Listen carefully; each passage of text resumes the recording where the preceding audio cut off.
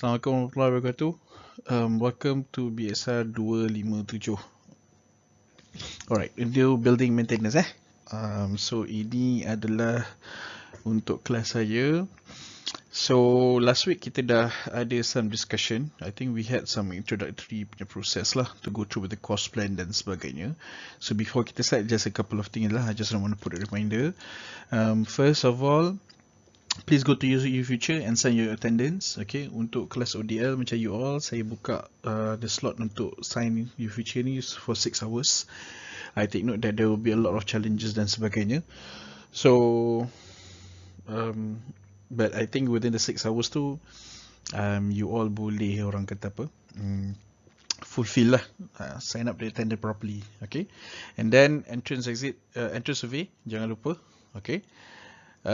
Kemudiannya, okay, together with this lecture, okay, saya akan upload juga dalam Google Classroom awak nanti the latest cost plan. Okay, like I said, like I told you last week, apa yang saya present pada awak last week, there are some changes in terms of kita punya subject learning planning lah, ataupun subject plan, course plan kita yang mengajar on every week basis. So kita dah I think pihak saya, pihak jabatan dah update dah with the latest version of it. So saya akan upload bersama dengan lecture ini nantilah di dalam Google Classroom. Okay, so without further ado, let's just start into kita punya first class lah, first official class of BSR 257, Introduction to Building Maintenance.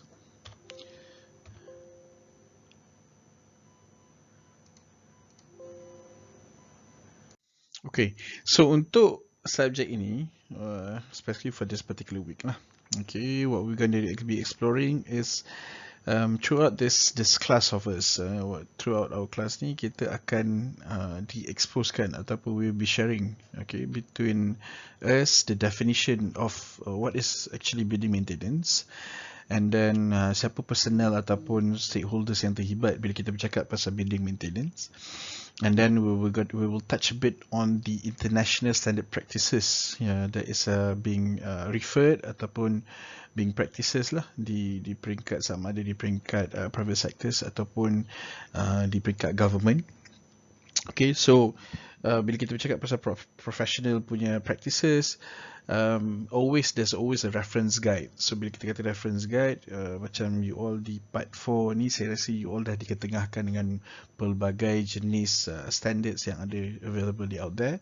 But of course di Malaysia kita banyak rely kepada building BS standard in particularly di peringkat international, dan locally kita ada pelbagai standard lain lah. Ada orang pakai reference guide untuk CIDB dan juga beberapa practices luar lain.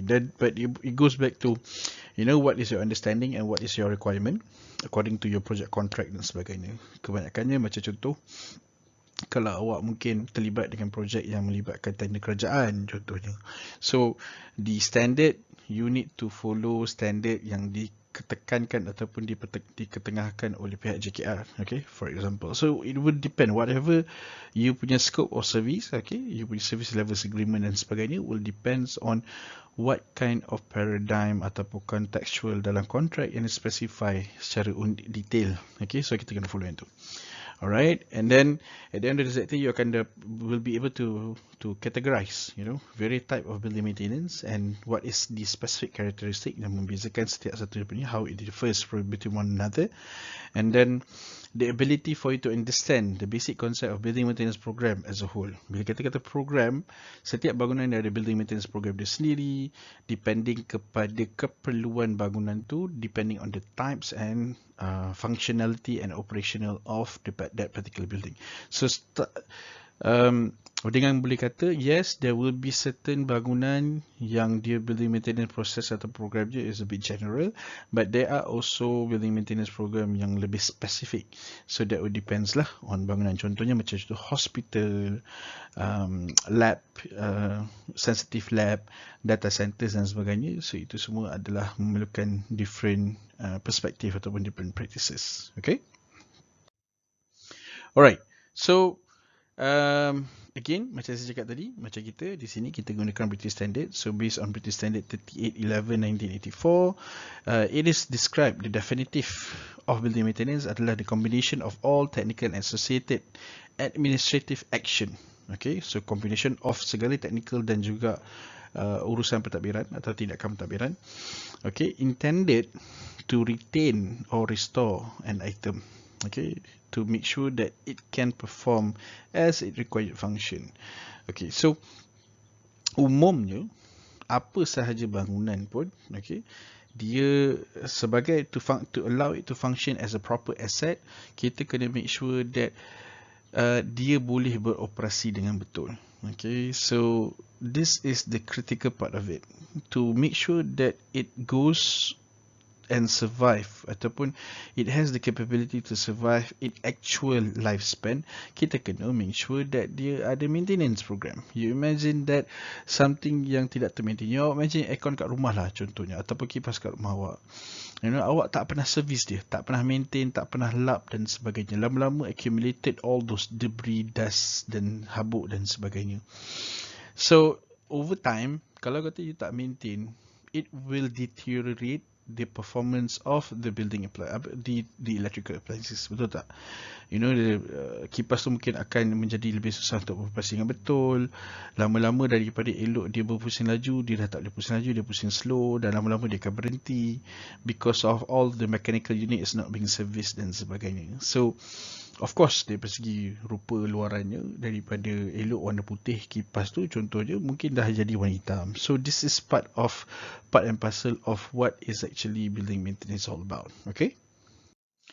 Untuk memahami lebih lanjut apa itu building maintenance, pertamanya kita kena fahamkan dulu kita, we as a building surveyor, what is our rightful ataupun scope of work ataupun contextual involvement ataupun professional practices services yang kita boleh provide lah as a building surveyor. I think by now you part 4, saya rasa there's a lot of exposure that you have actually looking dah diketengahkan, but let's just recap. Okay, so building surveyor as agreed by by BAM, LAM dan BM dan LJM. Okay, so ini badan arkitek dan juga badan board of engineers. As a building surveyors, the first role dia adalah building control, okay, and then the core part yang melibatkan subjek ini, of course, fokus dia kepada peranan building surveyor as a maintenance and conservators of a building, okay. So di bawah maintenance and conservation of building ni, ini yang the most important part relevant to our subject. Dan dia dah state bahawa the role to inspect, prepare report preparation, and then prepare program untuk implement pelbagai jenis maintenance, antaranya planned maintenance, the management of FM, pengurusan fasiliti, dan ianya meliputi juga scope building conservation dan restoration. Excuse me. So bila mana as a building surveyor, memandangkan you dah sememangnya core, kita ni among the core practitioner, okay, di dalam industri. Jadi it is very very important untuk kita tahu, walaupun mungkin orang kata apa, contohlah, because building survey ni ada banyak scope, so mungkin maintenance and conservation building ni mungkin sesuatu yang bukan yang awak minat. Regardless, tetapi bila mana awak menyandar, berpegang ataupun bersandar kepada profession seorang jurukau bangunan, kita kena ambil tahu. Okay, yes, maybe you're not an expert, okay, tetapi sekurang-kurangnya basic information, basic knowledge tu you ada. Kata tekak, sorry. So itu salah satu, itu kenapa you kena belajar BSR 2007 lah. Dan of course ada lagi lah beberapa aspek yang lain sebagai building surveyor, antaranya risk management, building control. So ini semua you actually involve secara fokus lah. Okay, so inilah tiga scope yang more or less berkait rapat lah. Of course, yang nombor 2 tu yang paling important. Nombor 1 dan nombor 3 ni berkait rapat dengan proses building maintenance. Okay? Okay. So, untuk fulfillment of the role, okay, apa yang you perlu tahu sebagai seorang jurukur bangunan dan untuk make sure bahawa pengurusan FM dan juga building maintenance tu, it is very very important untuk awak tahu these 4 methods lah, okay, these 4 quadrant. These 4 quadrant ni, kalau awak tengok, dia adalah combination of pelbagai jenis orang kata practices. Kalau kita tengok sini, kita ada quality of building usage and post occupancy evaluation, and then quality of construction sewaktu building completion, dan kita ada quality of building asset maintenance, dan juga facility management, dan juga conservation building, and then last but not least quality of inspection and building audit. Dan kalau kita tengok setiap input yang ada, kalau tengok setiap quadrant, okay, semua ni bila kita fikir balik secara logiknya, kita memerlukan information daripada keempat-empat quadrant untuk kita establish, a lot of parameter, dan ultimately untuk bantu kita set input yang necessary di quadrant yang ketiga. Apa maksud saya? Contohnya, okay, untuk awak tahu what kind of corrective responsive maintenance yang awak perlu buat, okay, ataupun dilapidation test atau inspection. Awak tengok item nombor 1 di kuadran ketiga bawah tu, item nombor 1 dan nombor 5. Untuk awak buat this exercise, this activity, you need input daripada kuadran yang lain. Contohnya, awak kena tahu apa defect yang berlaku di bawah feedback on defects lah, okay. Ataupun untuk awak buat dilapidation test, okay, awak kena ambil tahu what are the available testing yang ada di luar sana. Ada yang damaging test, ada yang non-damaging test di bawah NDT methods. Okay, so ini part of the orang kata input yang awak perlu tahu untuk awak to allow yourself to serve better di bawah kuadran 3 lah. Okay, so this is very critical. Kalau awak tengok, ada usage specific audit, ada post occupancy evaluation, risk management, assessment of service performance.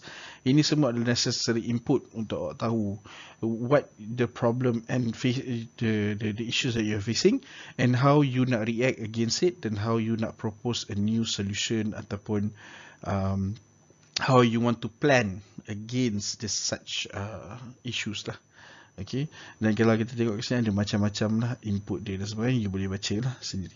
Okay, this particular slide basically kita just nak explore kenapa, what is the actually importance of a building survey role di dalam maintenance industry ataupun di dalam construction industry itself.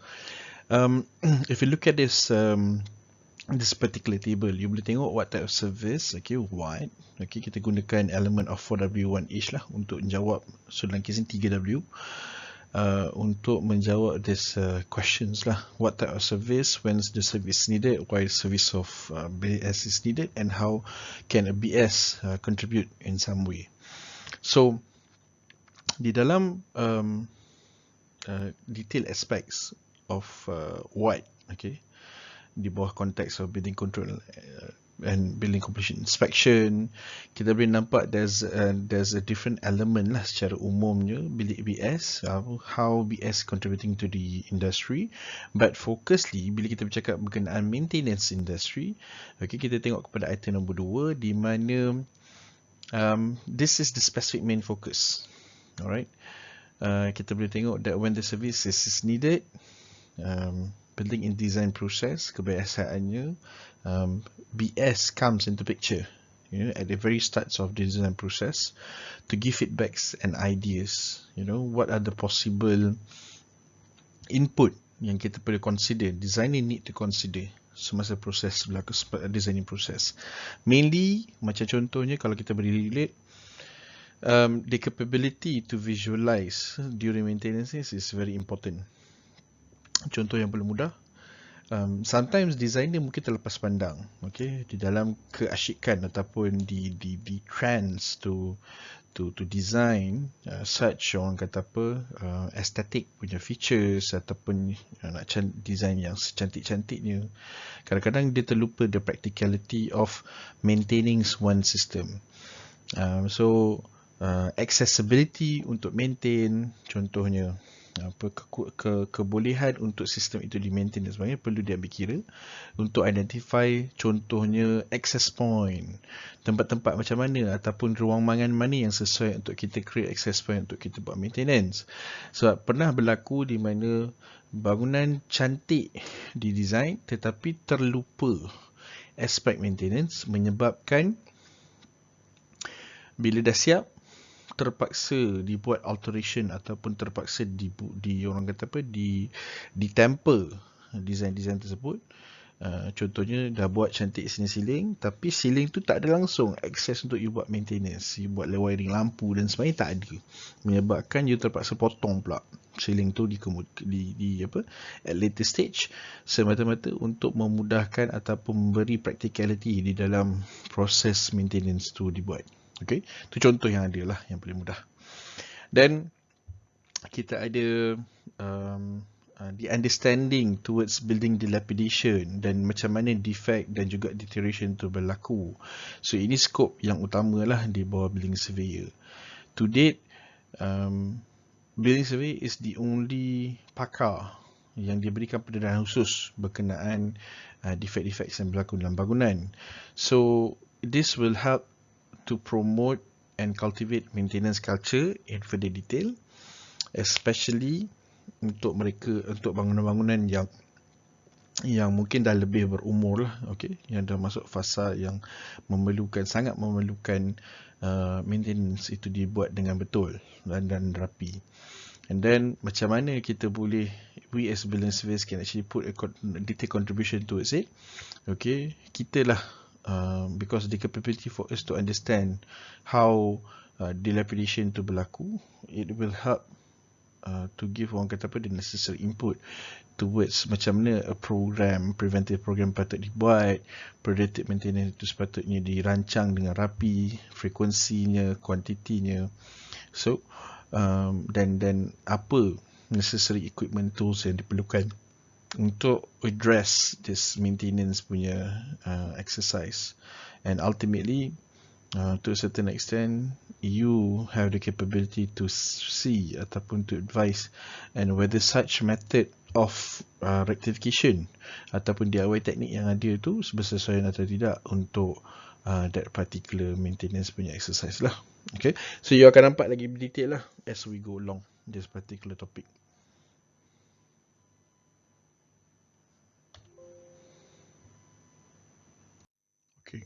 Due to the ever increasing expansion of orang kata apa scope of work di dalam building maintenance ni, I think the whole building maintenance industry has actually shifted daripada just sekadar providing services, but now there are more technical responsibilities and then a balance of between technical expertise, exercise dan juga pengurusan or management responsibility has actually expanded over time. So dia bukan lagi sekadar kita arrange people ataupun orang untuk menguruskan kerja-kerja pembaik pulihan dan sebagainya. Now when we talk about building maintenance, there are bigger contexts, there are bigger orang kata apa scope of work that we need to address. And kalau kita tengok sendiri pun dalam by definition kita boleh nampak daripada 1964 the growth has actually changed dan juga expanded over time. Kalau kita tengok macam ni, contohnya definition back in 1964, it just is mere work undertaken untuk restore that facility ataupun every part of the site. And then as long as the whatever that is being restored ataupun being maintained achieve ataupun boleh diterima oleh standard yang available during that time. But as kita tengok the definition itself pun makin lama makin expanded daripada sekadar kerja yang orang kata apa work activities to keep, restore and improve. Now we talk about acceptable standards, and then how kita nak sustain ataupun prolong lifespan of a particular building ataupun the building services yang ada di dalam tu lah. So kalau you tengok daripada sekadar buat kerja, now you talk about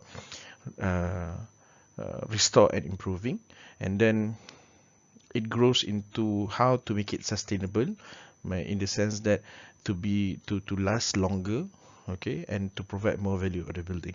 And as we go along lagi, kita nampak pula bahawa now there is an element of management ataupun element of administration, pentadbiran, where kita start to look into the right people, the right personnel to do, not just merely to do the work, but to manage the team, to supervise all activities, and eventually recommend, due to the growth of the technical expertise, eventually recommend what would be suitable, ataupun mungkin ada option lain yang lebih baik dalam executing ataupun delivering the daily tasks and activities. Itu kita boleh nampak lah. And then where kalau daripada just a merely service, okay, then it grows pula into looking not just for the building, but looking at the whole asset yang ada ataupun available within buildings. Okay, so kalau nampak daripada expansion, mula-mula just merely work, now you talk about sustainability, then kita start to look into the personnel, the management of people inside it, and then maintenance has actually touched pula a bigger context of not just looking into the building and building services, but rather looking at the whole thing as a set of package of an asset. So bila mana kita kata looking at the whole package as an asset, then comes into the mind ataupun di dalam proses kerjanya, that you want to make sure that the building able to function and within, orang kata apa, within to function within the optimized condition, maksudnya dalam keadaan yang terbaik, and how can we maintain this optimized state with a longer period ataupun state of duration.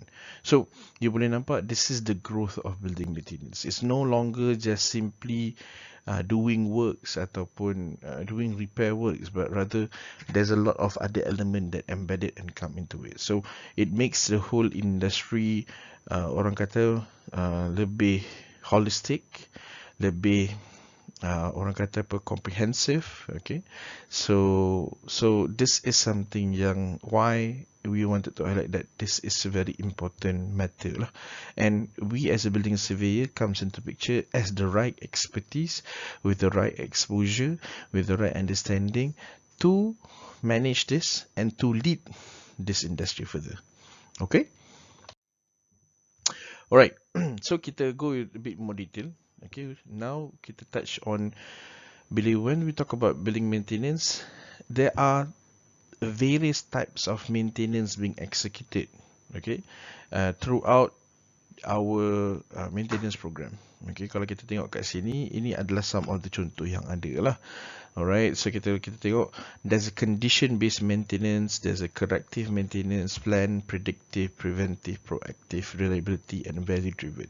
And setiap satu daripada of this maintenance punya classification provide a different meaning, gives a different understanding, and have a different execution activities altogether. So bermaksud that dia tak sama from one another. Okay, so ini yang kita boleh highlight lah.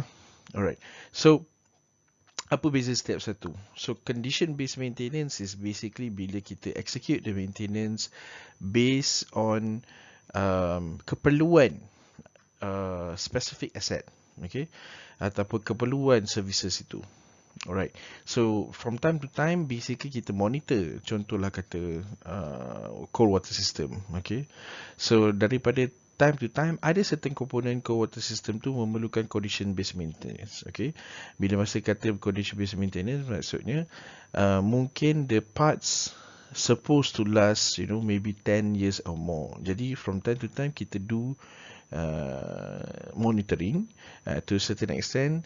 From this monitoring, kita boleh capture atau kita boleh gather the right information to see when ataupun to see the level of deterioration ataupun condition of the set item, then kita boleh execute condition based maintenance when the need comes. Maksudnya bila kita tengok that mungkin component of that core water system tu selama ni elok, dan kita from time kita monitor, okay, and then come to a point of time yang yes, kita nampak dia, oh, it's no longer fit for use. Tak perlu kita buat all the testing, but rather that from kita punya visual kita punya visualization ataupun bila kita tengok pun kita dah tahu dah, it requires a maintenance. So this is what they mean by a condition based maintenance.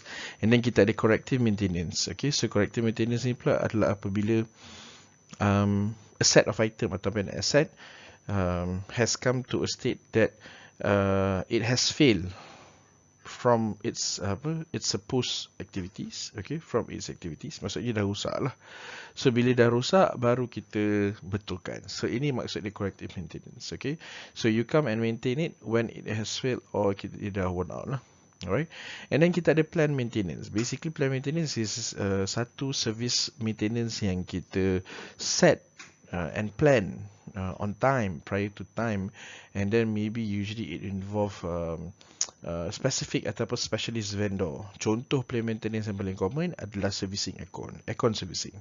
So aircon servicing ni yes, ada yang kita tengok dia condition based maintenance, let's say for aircon system, okay, ada yang corrective, but ada juga planned maintenance. Yang mana planned maintenance, macam contoh sebulan sekali atau 2 bulan sekali, kita akan nampak vendor aircon pergi datang, service, do clean ups, general maintenance untuk clean up, buang habuk dan sebagainya, to make sure that the system can work efficiently, optimize condition, and it can last longer lah.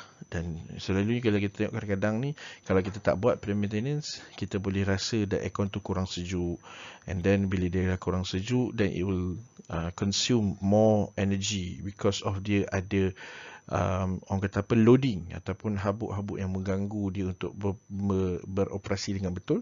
So it will eventually result into an increase of electricity bill contohnya. So itu planned maintenance lah.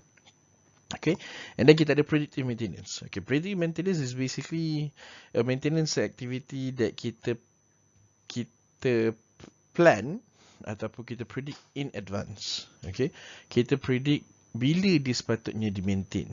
Okay, so predictive maintenance ni there's orang kata apa, dia tak semestinya kena tunggu certain sets of condition dan sebagainya.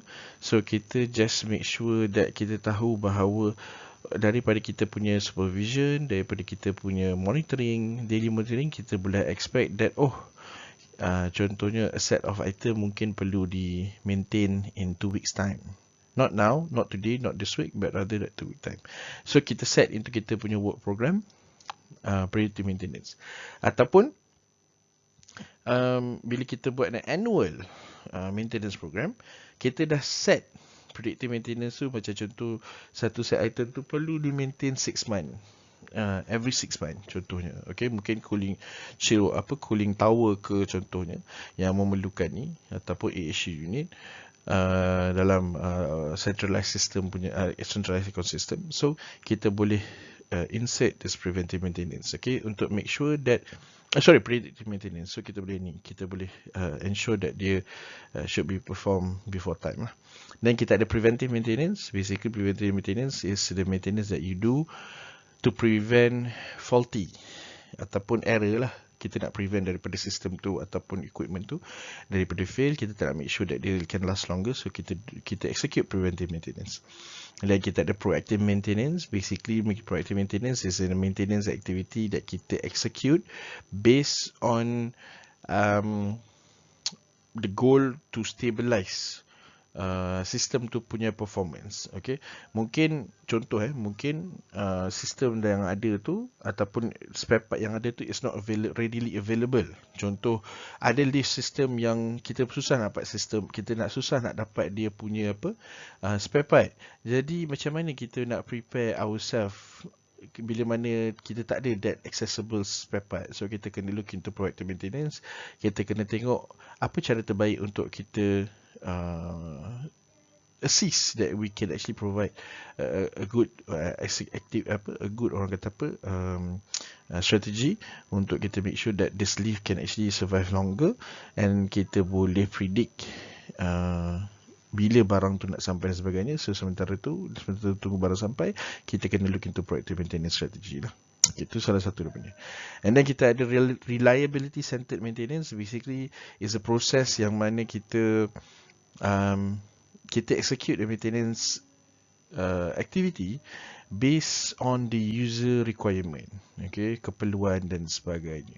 So this would depend on usually reliability centered maintenance ni mungkin di kawasan-kawasan public. Kalau macam tu you tengok di dalam gambar yang sedia ada ni, is this is part of orang kata apa, kita boleh relate juga dengan reliability centered maintenance lah, di mana kawasan public from time to time ada benda yang kita perlu do maintenance because ini kawasan public dan dia tak boleh dibiarkan.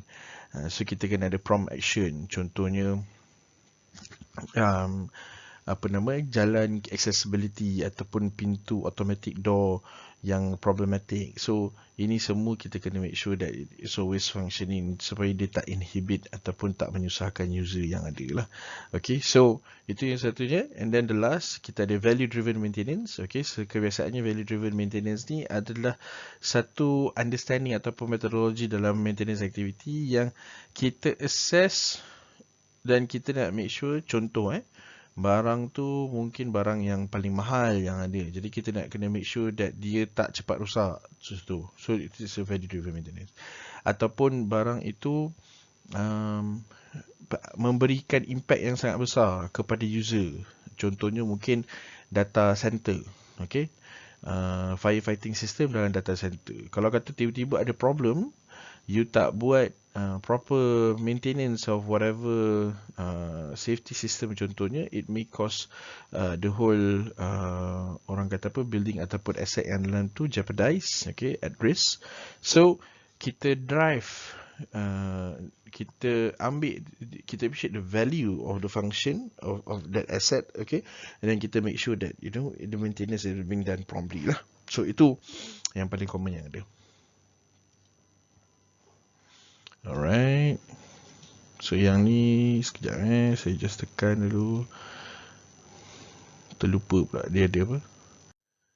Okay. So at the end of the day, all this maintenance exercise that you have gone through into the classification wise, they come with the sole objective that you want to make sure that as the asset, the building, the services is sustainable ataupun may prolong. It helps to prolong the usability of that particular asset. Kita nak make sure that the asset lasts longer and can fit for the purpose of the building.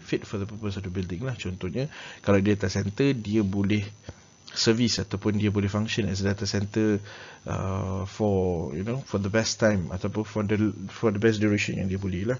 Mungkin kalau kata kita tak buat maintenance, contohnya data center tu mungkin hanya boleh function properly within 10 years contohnya. Tapi bila kita buat the necessary maintenance, okay, all the pre-planned program, mungkin kita boleh nampak that data center can actually last to up to 25 years or maybe to 60 years depending on what kind of facility yang you ada lah. So at the end of the day, the objective of the building maintenance is to extend the useful life of the building and prevent premature capital outlay. Apa maksud dia premature capital outlay? Adalah kita nak make sure that kita tak terkejut. Tiba-tiba kita contohnya kita dah awak bayangkanlah aircon awak dah pakai tiap-tiap hari, tiba-tiba satu hari tu aircon tu rosak. Okay, time tu aircon tu rosak tu lah tak ada duit nak guna, nak expand dan sebagainya. Kan kita akan pening kepala, mana pula kita nak fikir nak cari duit untuk buat maintenance dan sebagainya. So ini contoh yang mudah yang ada lah, which is kita nak prevent tiba-tiba terpaksa keluar duit pula. Sebab kita nak buat replacement. Dan bila kita nak buat, terpaksa keluar duit tu pula, keluar duit pada timing yang tak sesuai. Mungkin contoh dalam bisnes, awak dah tahu dah, mungkin pada sekian tarikh, contohnya saya ambil daily life lah, senang analogi. Awak tahu gaji awak mungkin masuk, contoh bila awak kerja nanti, awak dah tahu dah gaji awak masuk 28 bulan contoh. Tiba-tiba akaun awak rosak pada 15 bulan. Kan pening.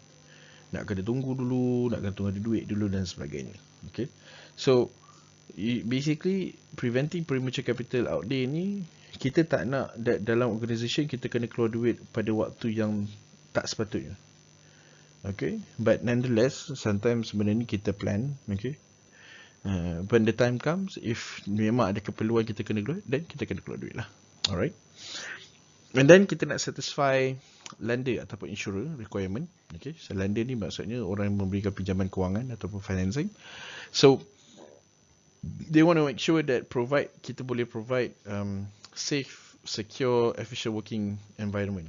And then kita nak prevent daripada sebarang mishap ataupun deterioration ataupun dangerous, hazardous condition to the physical asset. Kenapa?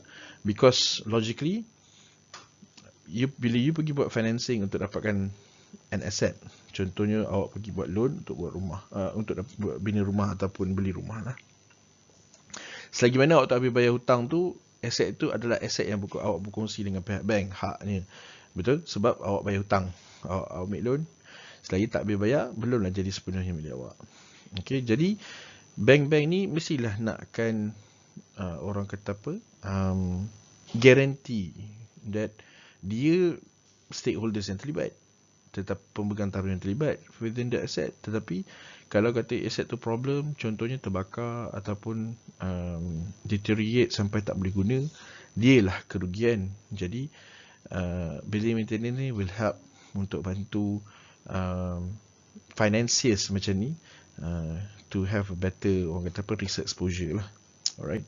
So the last one, okay, to maximize the aesthetic and economic values of building. Okay, ini quite obvious in terms of asset management dan juga ni filosofi dia, bahawa kita nak make sure bila kita buat building maintenance, kita boleh make sure that the lifespan of that particular building, can be extended as long as possible. Contohnya, let's say lah kata bangunan tu supposedly normally boleh survive for 60 years.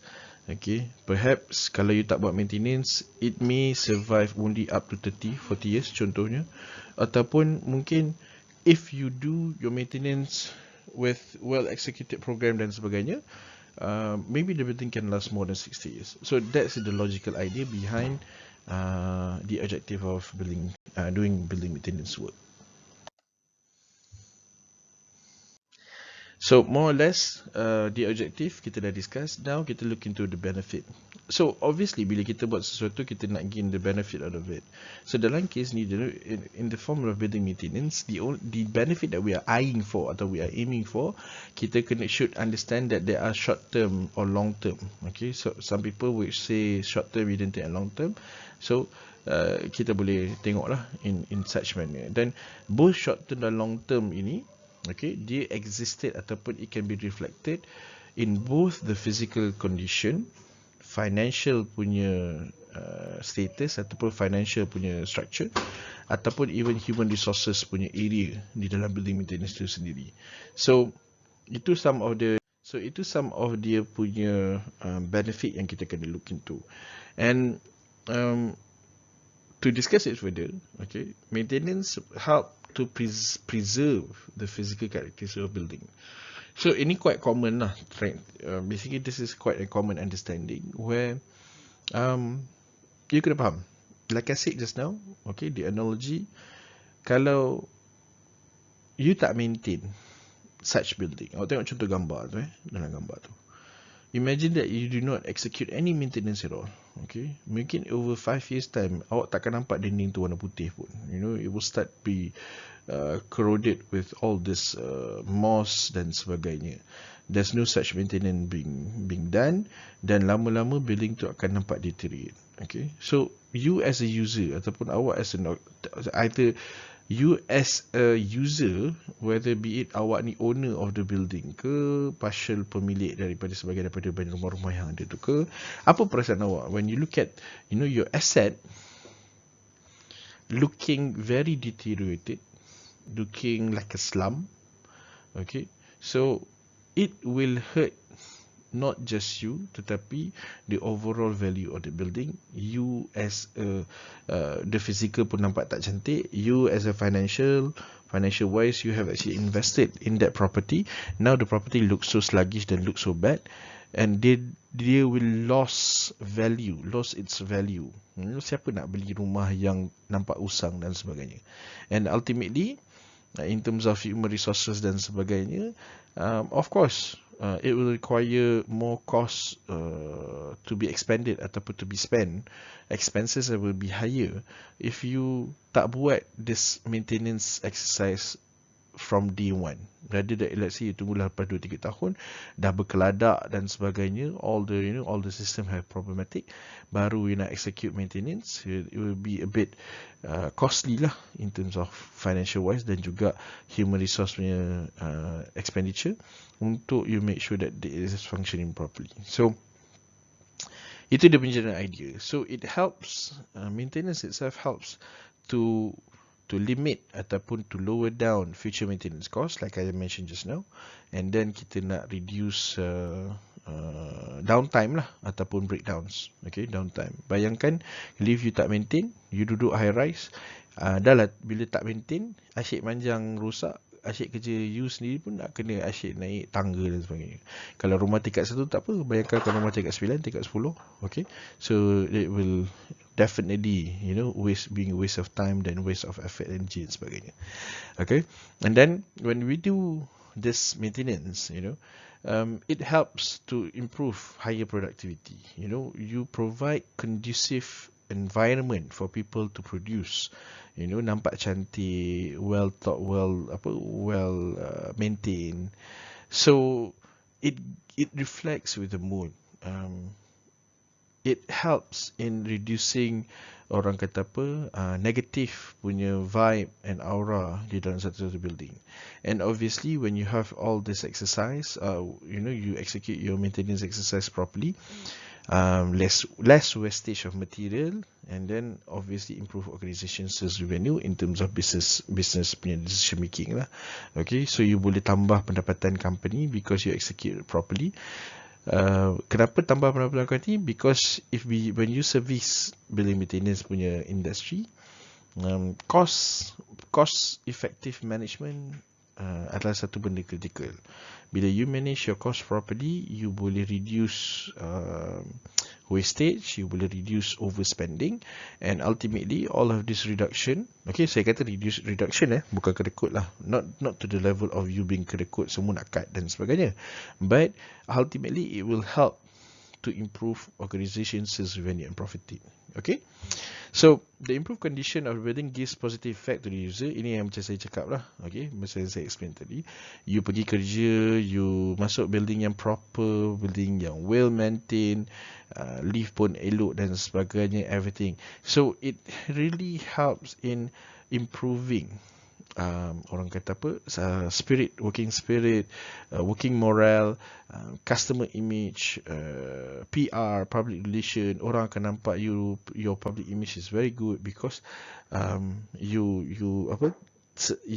menjaga keterampilan bangunan you. Okay, so itu dia punya ni lah, gist of the idea. Okay, so the importance of maintenance, just to recap: retaining value of investment, maintaining the building in the condition which continue fulfill its function, presenting a good appearance. So ini benda yang kita dah explain tadi lah, so I don't have to repeat again. Okay, so significance of building maintenance, big business, of course. You boleh nampak that the amount of building, even kita tak cerita globally lah, okay, kita just cerita at the context of Kuala Lumpur as or Malaysia as a growing country, developing country. So kita boleh nampak that, you know, every day, kita boleh nampak every day ataupun every year, Every now and then kita akan nampak all this building announcement, new gigantic building, mega structures being built up dan sebagainya. So this improve big business. This basically provide a good opportunity for businesses. Okay, contoh the erection ataupun the completion of PMB 118 tu. Mestilah dah buat building sebesar itu, being mercu tanda dan sebagainya, mestilah kena ada maintenance effort. So it will be a waste if you tak buat you tak buat maintenance. So it's a loss of opportunity. The legality behind it is a legal business, it's a legitimate business, it is a required service business. For mungkin ada certain other people would disagree that it will be a waste of time untuk buat maintenance. So bermaksud mungkin they have a wrong understanding, but legal wise it's a business yang sepatutnya orang cari. Kalau dia tak appreciate the maintenance value tu, terpulang pada dia lah. Tapi logically, kalau you sayang asset dan sebagainya, you should maintain. Okay, itu dia punya idea lah. Kena jagalah maksudnya. So it's a technical driven business. Okay, so it requires a specific competent personnel untuk oversees it, and then it provide good culture and good pride ataupun good personality punya image. It really helps, improving the culture when you do maintenance dan sebagainya. Kita dah discuss dah, ada improve morale, working, and you pun bila you bekerja dengan company yang bagus ataupun a conglomerate ataupun MNCs, they position themselves in a very good location, in a very good building, and it gives pride to the organization to perform better. And obviously all of this will lead to quality work life, to your personnel, to the people, to the customers that coming in. So it's really important to have this execution ataupun to have building maintenance being done lah on a daily basis. Alright, so performance over time. Okay, basically this particular graph is to reflect kepentingan ataupun to distinguish the differences of maintenance dan juga apa beza maintenance dan renovation lah. Okay, so kalau kita tengok kat sini graph dia, okay, saya ambil sekejap, saya ambil pen. Okay, so dalam this particular graph, basically we want to distinguish between maintenance and renovation. If you look at the time spent dan juga against billing performance, there's a significant differences between maintenance and renovation or refurbishment. Right, macam mana kita distinguish this particular changes? Basically, kalau you tengok dekat sekejap pen. Okay, so to a certain extent, building performance supposed to perform at its desired condition over time. So itu dia punya logic lah. Basically, any time that you're supposed to perform at the desired duration. So apa yang membezakan over time? Yes, we expect there is this deterioration of function, okay, over time kan. Benda makin lama makin orang kata apa, functioning makin less efficient contohnya. Jadi what happen is whenever that the building performance degrading, okay, untuk kita make sure, so bila mana kita tengok degradation tu berlaku, right, the effort for you to push up ataupun to maintain the desired performance tu back to daripada keadaan yang deteriorate tu kembali kepada keadaan sedia asal, we call it as maintenance. Itu beza dia lah, tu maintenance. Basically bila building deteriorate, okay, there's a loss of function and usability. So in order to push it back to a certain condition, so kita panggil dia the activity as maintenance process lah. But however, okay, let's say lah for example on the contrary, let's say for example kita push the building to go beyond ataupun kita improve the sets of function in that particular asset ataupun services. Let's say lah kata dia sepatutnya perform pada standard yang desired sebegini, single line macam ni, but instead bila kita dah do improvement dan sebagainya, okay, then it will function better. So kita call that process a renovation ataupun refurbishment process. Okay, so tu beza lah between maintenance refurbishment, jangan confuse Okay, alright. So further down, okay, di dalam to understand further building maintenance process, okay, kita juga kena faham the standard building life cycle. So building life cycle ni is actually quite interesting. Okay, kalau kita tengok sepatutnya secara generalnya semua bangunan sepatutnya melalui proses ataupun fasa yang sama, which is number one, plan. Okay, so any building bila nak buat, nak erection, okay, kita nak construct, it must be planned first. Okay, the process of understanding the desired requirement ataupun specification ataupun need statement daripada klien, apa sebenarnya klien nak di dalam bangunan tu, kita perlu ascertain, establish, dan kita plan, and then kita incorporate di dalam design process kita. Okay, and then later on we go for the building process, to build up the whatever that we have planned. Inilah construction process lah, so basically, so kita construct the structure, kita construct the bangunan, the asset, with the purpose that, you know, eventually it will become as required by the user and can be can be optimally used by the user itself. Alright, so once you dah settle construction, dah siap, okay, so you dah deliver towards end user, down the process of business as usual ataupun operation, day-to-day operation. So you use the building, the user will actually use the building lah for whatever desired needs yang dia dibuat from the very first place.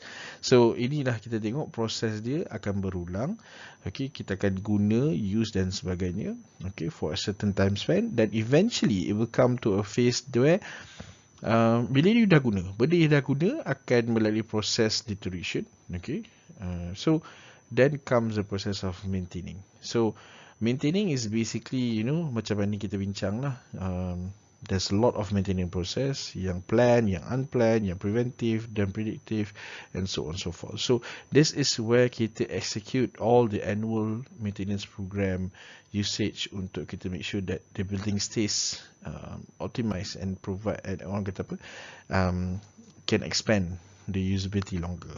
And come to a phase, there will be needs to repair or improve. So kita tengok balik tadi lah, over time, okay, there will be maintenance exercise ataupun repair refurbishment punya proses, depending on what the function. Apa beza dia? Simple saja. Contoh, let's say lah kita kata hotel, okay, untuk improve, untuk repair, okay, macam contoh hotel, kita kata kita dah ada preset requirement ataupun keadaan, dah ada building servicesnya, cold water system, hot water system, and so on so forth. So untuk make sure that the building stays can operate properly, all of the system need to be maintained to make sure that tu tak ada air stop, cold water supply is always there, hot water supply is always there.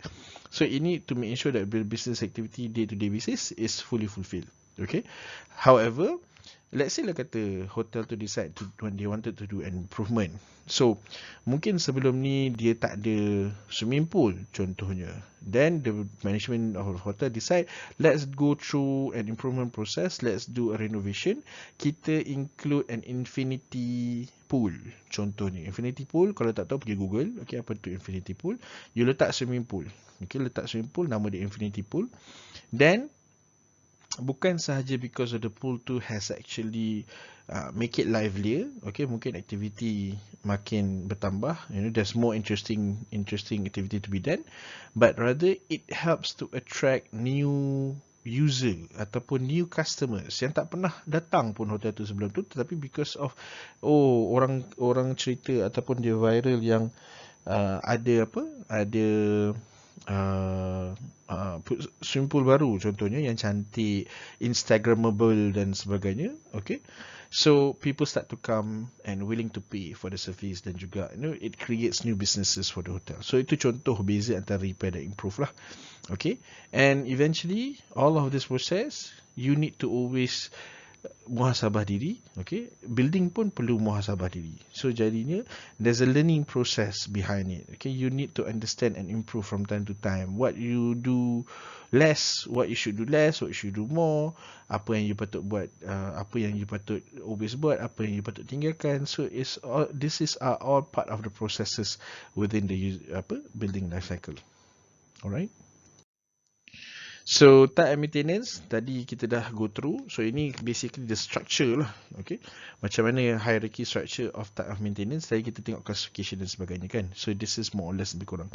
So kalau you tengok, they start with the idea of building maintenance. Okay, dan kita ada planned and unplanned maintenance. Okay, so di dalam plan kita ada preventive and corrective. Then preventive tu pula kita split into schedule, okay, dijadualkan, condition based maintenance, dan kita ada corrective, whether kita nak repair ataupun replace. Okay, so dalam repair or replace ni, kalau kata kita go further, you ada element of life cycle costing, macam mana kita nak buat calculation atau kita nak evaluate whether a set compartment or system should be repair atau replace. Dan kita ada unplanned, whether emergency dan ad hoc. Basically ini adalah orang kata apa, something yang kita kena servicing industry kena always be alert lah, kita kena always standby dan sebagainya. Ini part ni contoh selalunya dalam lift lah, tiba-tiba lift terberhenti dan sebagainya. So it becomes an unplanned maintenance, you come and execute the necessary works. Okay, so ini yang saya mention tadi, kita dah highlight dah. I think you just can read this as we go along. You can pause the video later and you boleh tengok. But more or less apa yang di explain di sini saya dah ceritakan tadi waktu dalam the first slide tadi. Okay. So scope of maintenance, repair. Okay, just to give you a more expanded understanding, repair itu basic kebiasaannya will be based on report by any end user. Maksudnya kalau kat rumah atau high rise, people submitted report untuk kita make sure kita to make people aware bahawa yes, there's an issue, and then there's a concern of whether the service tu functioning atau tidak. So itu juga based on repair punya exercise. So apa saja di bawah repair kita kena tahu, ianya counts with this kind of context lah. Okay, and then kita perlu repair scope kerja repair ni akan datang contohnya apabila bila kita buat schedule maintenance, kita found that during inspection ada benda yang faulty. Okay, so obviously bila ada faulty kita kena take action, so we must repair it. Okay, then kita assess severity of defect.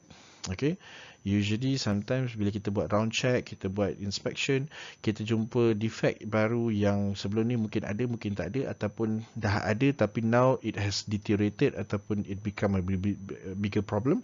So will require juga repair punya activity lah. And then repairing work basically could be done in situ or off-site. So ini terpulang kepada keperluan bangunan dan juga orang kata apa, what are the tools that are readily available or not. So it will require some strategy making lah on this one. And then could be done immediately for urgent works. Okay, so for in-house team or outsource. So ini adalah antara strategic thinking lah dalam doing maintenance scope. So sometimes ada kerja yang you tak boleh tunggu, you kena settlekan immediately, because otherwise it bring hazard ataupun it orang kata apa, it will escalate into a bigger problem. So you need to do it urgently. You tak boleh go through the normal procurement system, nak kena dapatkan code, nak kena cari vendor, 2-3 vendor untuk compare price dan sebagainya. So if you unable to do that, then the only option you have, you kena execute you punya in-house team lah. So itu contoh yang ada. Alright, and then replace basically parts or component. Ini usually bila replace ni kita tengok kepada, depending kepada keadaan, usually it involve parts and component. Okay, and then replace ni biasanya kita nampak dia sewaktu kita buat schedule maintenance ataupun condition based. But of course there's also during emergency lah, dah memang faulty dan sebagainya, you tak ada cara lain, you kena replace, so you have to ni. And kebiasaannya it involve defective component, okay, ataupun the replacement of whole set of system. Contohnya aircon system tu memang problematic, you nak repair pun tak berbaloi, because the problem is so severe ataupun major that replacement is a bigger ataupun is a better option. So you have to go to it lah. Kebiasaannya replacement ni memang kebiasaannya akan involve higher cost because you are basically looking at a whole bigger picture rather than looking at specific one item punya solution lah. Okay, so and then usually replace ni involve mechanical item, and mechanical item ni you kena tahu bahawa any mechanical item ni you kena always cross check before you make a decision to replace. There's always this element of manufacturer warranty, replacement part already available, accessibility of components. So benda-benda ni semua adalah something you kena take into account before any decision on replacing need to be made lah. Okay. Then servicing. Basically servicing is part of dalam scope of maintenance. Servicing is part of inspection ataupun preventive maintenance exercise. Basically you datang, you make sure that everything is okay, you do some general cleaning, lubricating kalau kata involve mechanical part, calibrate and tuning ni if you involve orang kata apa mechanical part yang always running, then mungkin ada possibilities that it has actually goes out of tune. So ini part of the process yang kena buat. So it is part of schedule plan and preventive maintenance lah di bawah servicing punya part ataupun scope. And then kita ada construction, understanding the building component. Oh sorry, this is under to understand the building component, kita kena faham the construction of the said orang kata apa element. So kita kena tahu untuk make sure that kita tahu we can deliver the right maintenance exercise ataupun activities ataupun kita nak suggest the right maintenance solution. Kita kena tahu the method of construction, what is the technology used, skills required, whether apa yang kita perlu buat ni adakah dia datang daripada specialized punya field ataupun any general contractor boleh buat. Because all of this element bila you assess it, then it will help to determine what kind of cost that we're looking at, what kind of duration of works, availability. So there's a lot of element that embedded lah untuk kita fahamkan when kita nak buat any decision towards maintenance. This is some of the component that we need to understand. So that's why it is so important to have as much as information. And with the current technology, okay, dalam building maintenance ni contohnya macam contoh the application of building information modeling, BIM. Okay, so all of this technology driven ataupun sekarang ni people dah start look into people are start exploring, people is starting to explore the usability of 3D laser scan, penggunaan augmented reality, virtual reality dan mixed reality into building maintenance exercise is something yang people look forward. So because all of this help competent person ataupun project stakeholders to give a better ataupun accurate information and orang kata apa accurate information and to allow critical decision to be made right on time and on schedule lah. Okay. So materials and finishing juga kita kena ambil tahu because kita nak make sure that bila kita buat maintenance tu either dia will involve destructive punya work ataupun non-destructive work. Then kalau kata dia involve destructive work, then kita kena tahu that macam mana kita nak find replacement, materials and finishing. We want to make sure that everything stays the same. Jangan tiba-tiba you pergi repair lantai, asalnya tile tu warna putih, tiba-tiba because you tak plan during you nak buat maintenance tu, dah tak pasal-pasal yang readily available tile hitam dah jadi bertumpuk tile putih, tile hitam dalam satu kawasan toilet. So ini contoh-contoh yang basics lah. Okay. And of course the nature of use, you can tahu what is the nature of use of the building ataupun the component ataupun the servicing system. So bila you tahu nature of use, to whom it serve, so you tahu dan you faham the urgency of it. Ni macam konteks yang mudah untuk kita explain adalah put yourself in the people's shoes. So you faham the context and perspective of the other people. Okay, so ini adalah general. So this is basically the first week of kita punya lecture, and I think this is a very informative punya session. I hope that everybody can actually learn something from it, and you can start to visualize. It helps to give you the idea and visualization of what is actually you are learning now and moving forward the following weeks later lah. So okay, so kalau I think kita punya lecture class itu sahaja, until sampai di situ sahaja. So if you have any questions dan sebagainya, feel free to ask me on the WhatsApp group. Jangan segan-segan. I think by now you dah kenal saya sikit. We have actually experienced together before this, so I think by now you should understand that how I work, and I'm very open for any discussion. Okay, thank you very much semua. Assalamualaikum warahmatullahi wabarakatuh.